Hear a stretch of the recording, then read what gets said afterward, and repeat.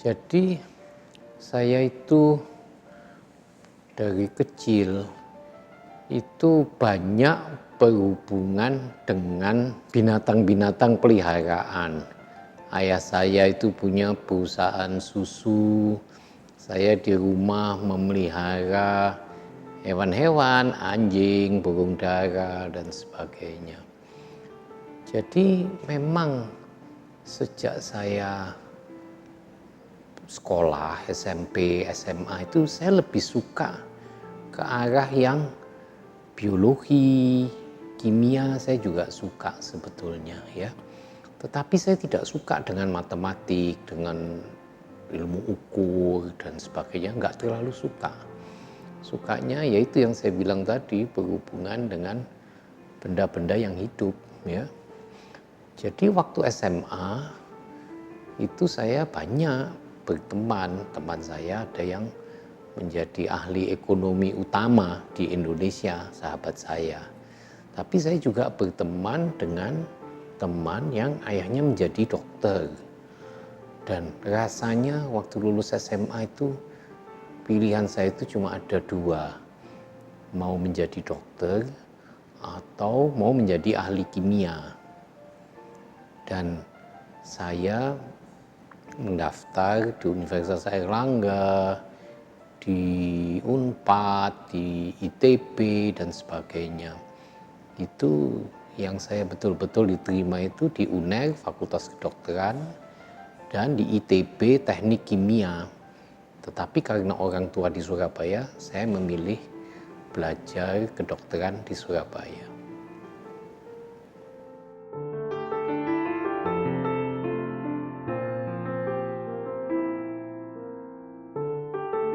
Jadi saya itu mendalami spesialisasi yang namanya andrologi. Andrologi itu segala sesuatu yang berhubungan dengan kesehatan reproduksi pria ya.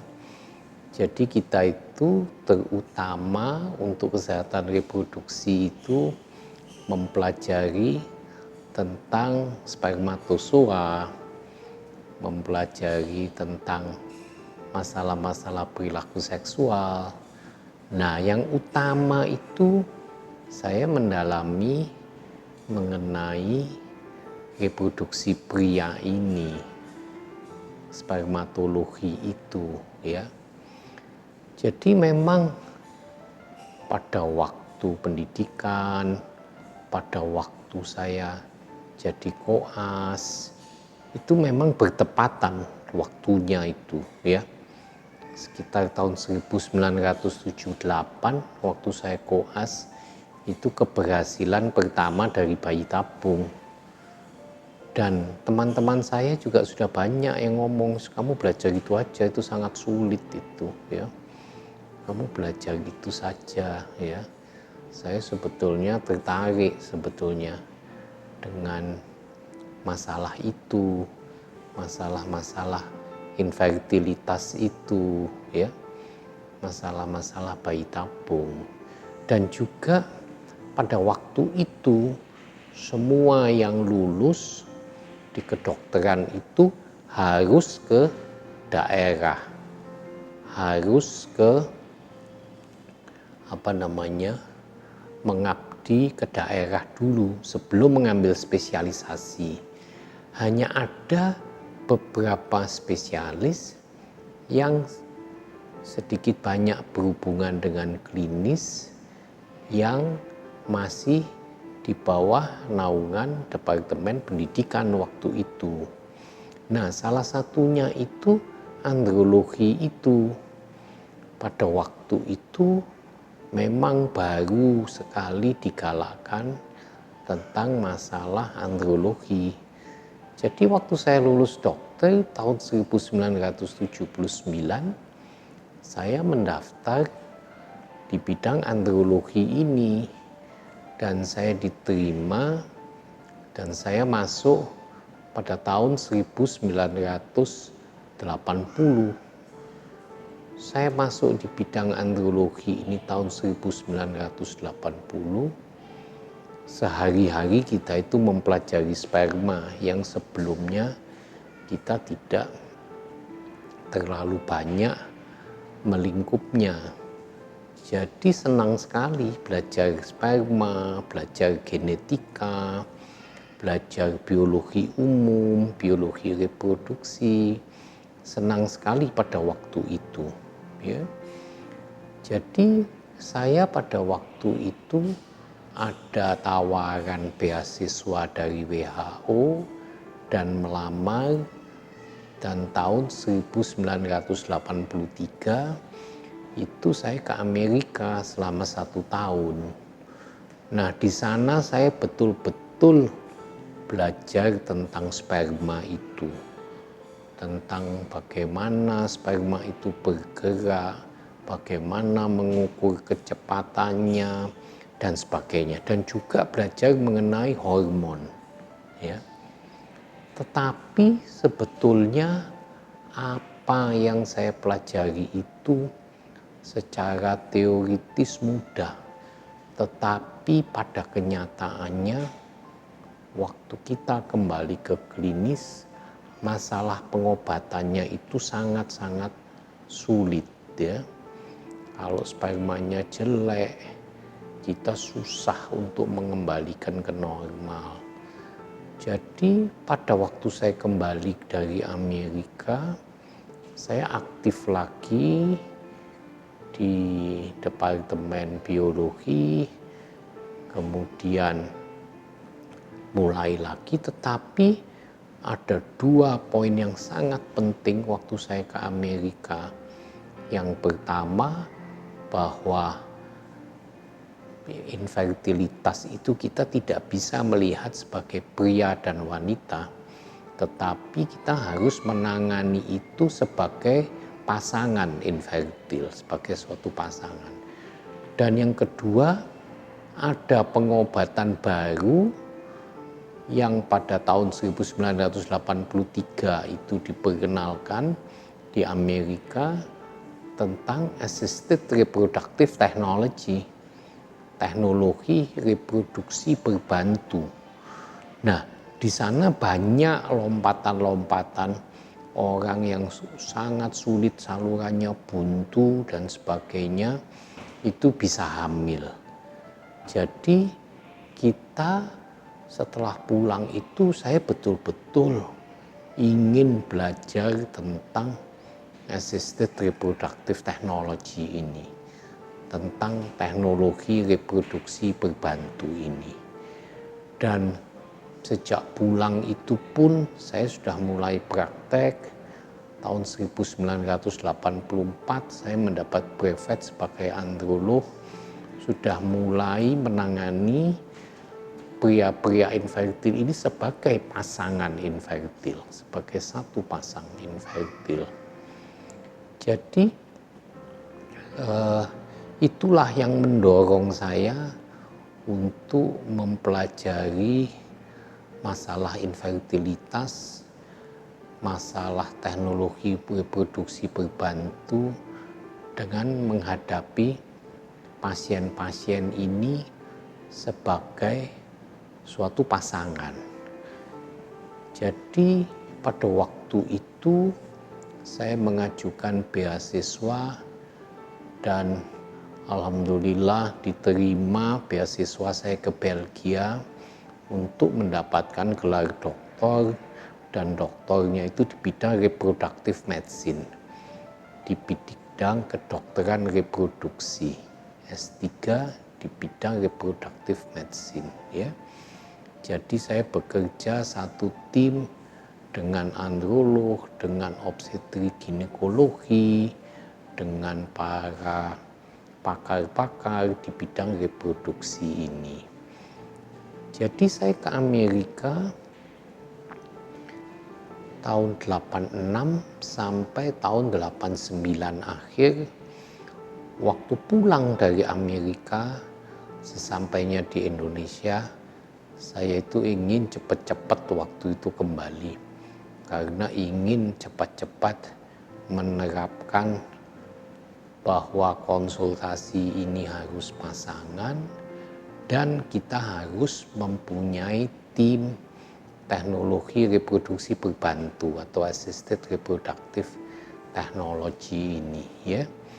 Jadi saya itu berpasangan dengan banyak dokter-dokter obgyn di Surabaya ini, membentuk suatu tim sampai akhirnya cita-cita saya itu, apa yang saya inginkan itu terwujud dengan kita mewujudkan suatu saat ini bernama RSIA Verina ya, Fertilitas Indonesia Verina. Di Verina ini betul-betul kita menangani pasangan infertil itu sebagai pasangan. Kita juga melihat masalah-masalah itu dari segala sudut, dari pria, dari wanita, dan juga akhirnya sampai saat ini kami berjalan sebagai suatu tim yang solid dan kompak di dalam RSIA Verina ini ya. Jadi orang itu dari yang dia bisa nyaman untuk menjadi hamil di Verina ini, tetapi saat ini kalau dia sudah hamil, dia bisa sampai melahirkan di Verina ini dan juga merawat anak-anaknya di kemudian hari menjadi suatu keluarga yang betul-betul bisa merasakan manfaat dari apa yang kita inginkan dahulu.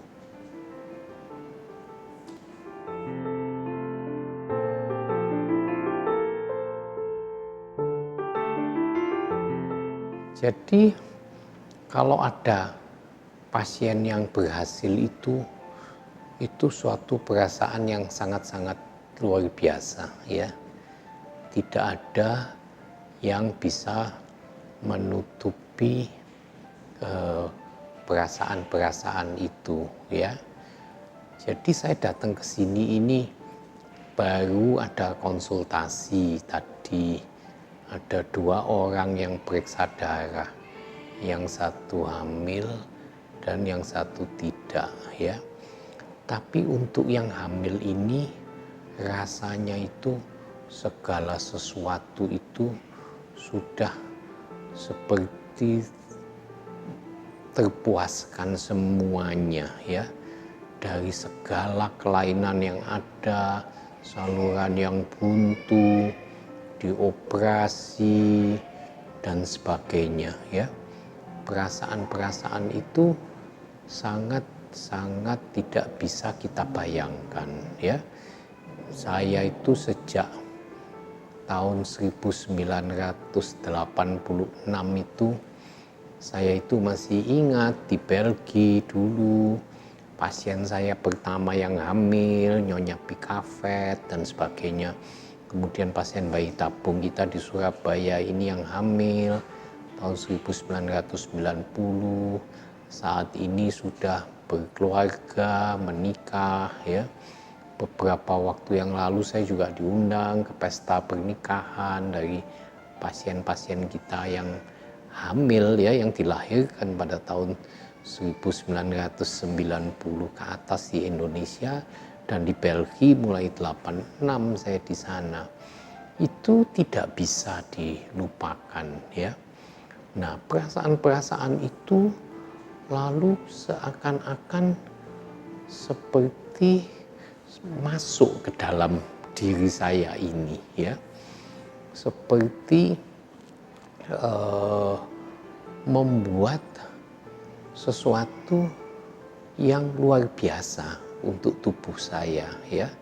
Jadi saya ini dulunya bukan ahli kesenian, dulu suka biologi, suka kimia dan sebagainya. Sejak saya di Belgia 86 suka ke museum dan sebagainya. Dan akhirnya pada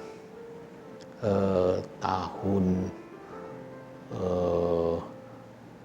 sekitar tahun 2003 itu saya sudah mulai mencermati lukisan-lukisan, dan akhirnya saya sendiri itu bisa melukis sejak tahun 2007. Dan saya mengekspresikan segala yang saya rasakan itu dalam bentuk kesenian, dalam bentuk lukisan, dalam bentuk karya-karya seni yang saya dapat dari apa yang saya lihat.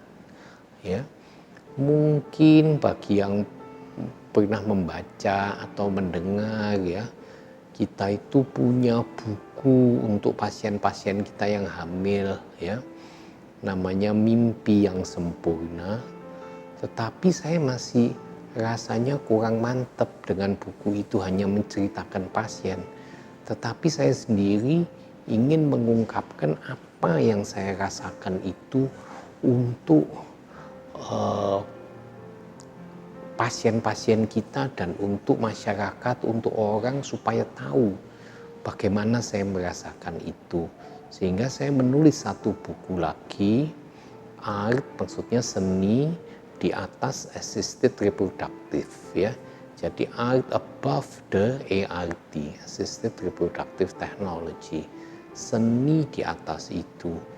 Jadi saya menceritakan pengalaman saya belajar teknologi reproduksi sampai saya bisa melukis, saya mengemukakan lukisan-lukisan itu. Kalau kita lihat di sekitar sini bukan hanya lukisan yang kita punya. Saya dengan tim bayi tabung dari Verina ini juga punya band, ya. Ada band kita itu selalu dari waktu ke waktu menyanyi bersama, itu juga mengungkapkan perasaan-perasaan kita. Bukan hanya saya, tim saya, dokter androlog, dokter Objin yang ikut di dalam band itu juga mengungkapkan bagaimana rasanya kita merasakan keberhasilan dari pasangan-pasangan ini, ya. Tujuan kita bekerja, kita bangun, kita tidur hanya satu, bikin pasangan itu menjadi hamil, ya. Dan kita terus nyanyi juga, melukis saya, ya, ada gambar dan sebagainya. Dan betul-betul baru saja minggu lalu kita dengar lagu dari FIFA, dari World Cup tentang The Dreamers itu, ya. Band kita langsung nyanyi The Dreamers itu, ya. Bagaimana kita sebagai pemimpi, ya, memimpikan orang-orang, memimpikan pasien-pasien kita itu untuk hamil. How we can believe it, how we can see it, bagaimana kita percaya bahwa mereka bisa hamil, dan bagaimana kita melihatnya, ya. Bagaimana kita bisa memimpikan mereka itu bisa menjadi suatu pasangan yang bisa merasakan apa yang mereka impikan, dan kita juga bermimpi sama dengan mimpi mereka, ya, untuk mendapatkan kehamilan, dan yang lebih penting bukan hanya kehamilan, tetapi kehidupan berkeluarga yang sehat dan semuanya bisa sampai seterusnya.